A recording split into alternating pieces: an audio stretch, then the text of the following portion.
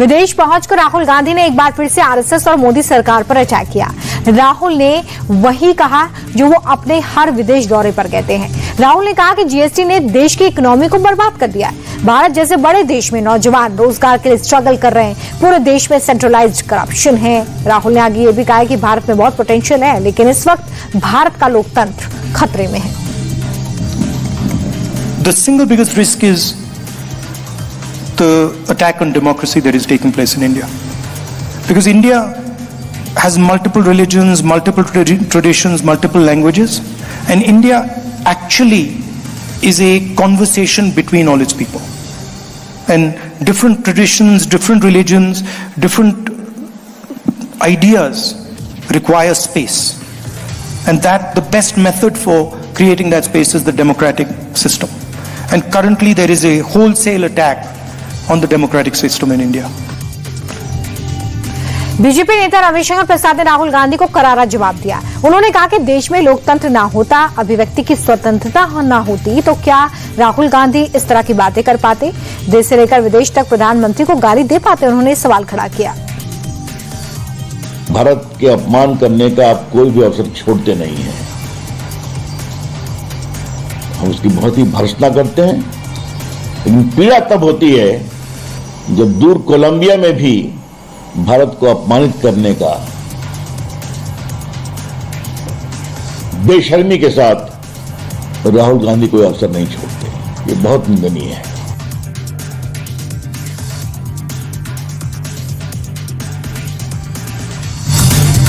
वाले कश्मीर में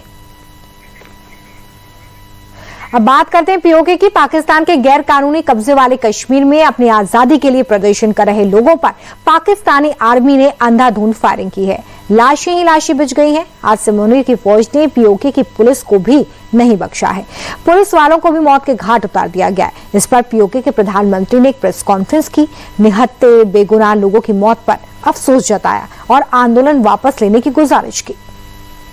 तो मेरे पूरी कैबिनेट मुजफ्फराबाद में मौजूद है, रावलाकोट में मौजूद है, कोटली में, जहाँ जहाँ आप कि अगर कोई गुफ्तगू करना चाहें, आपकी कोई कमेटी बात करना चाहे, आप गवर्नमेंट ऑफ आज़ाद कश्मीर से मुजफ्फराबाद में बात करना चाहें या रावलाकोट में बात करना चाहें, जहाँ आपको सूट करता है आप इस मुज़ाकराती अमल को बहाल करें।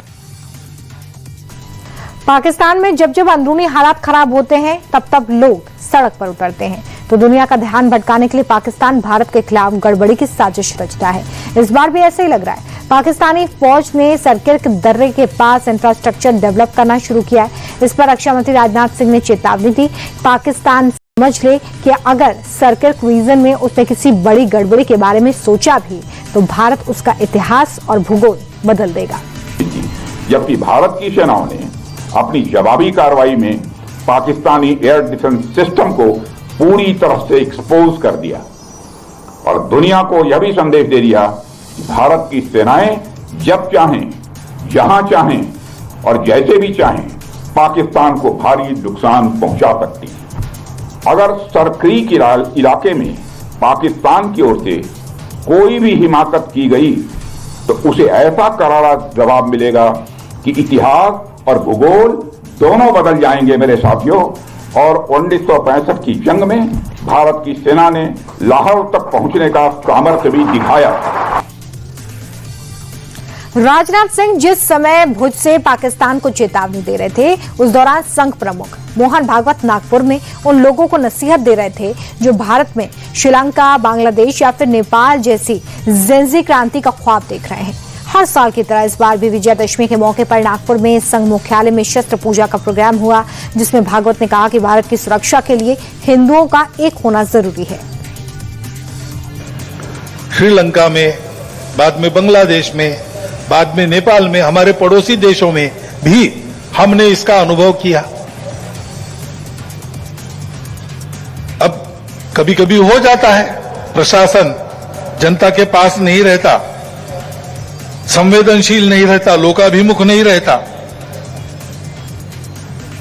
उनकी जनता की अवस्थाओं को ध्यान में रखकर नीतियां नहीं बनती तो असंतोष रहता है। परंतु उस असंतोष को इस प्रकार व्यक्त होना, ये किसी के लाभ की बात नहीं है। मन में प्रतिक्रिया रखकर अथवा किसी समुदाय विशेष को उकसाने के लिए अपना शक्ति प्रदर्शन करना, ऐसी घटनाओं को योजनापूर्वक कराया जाता है।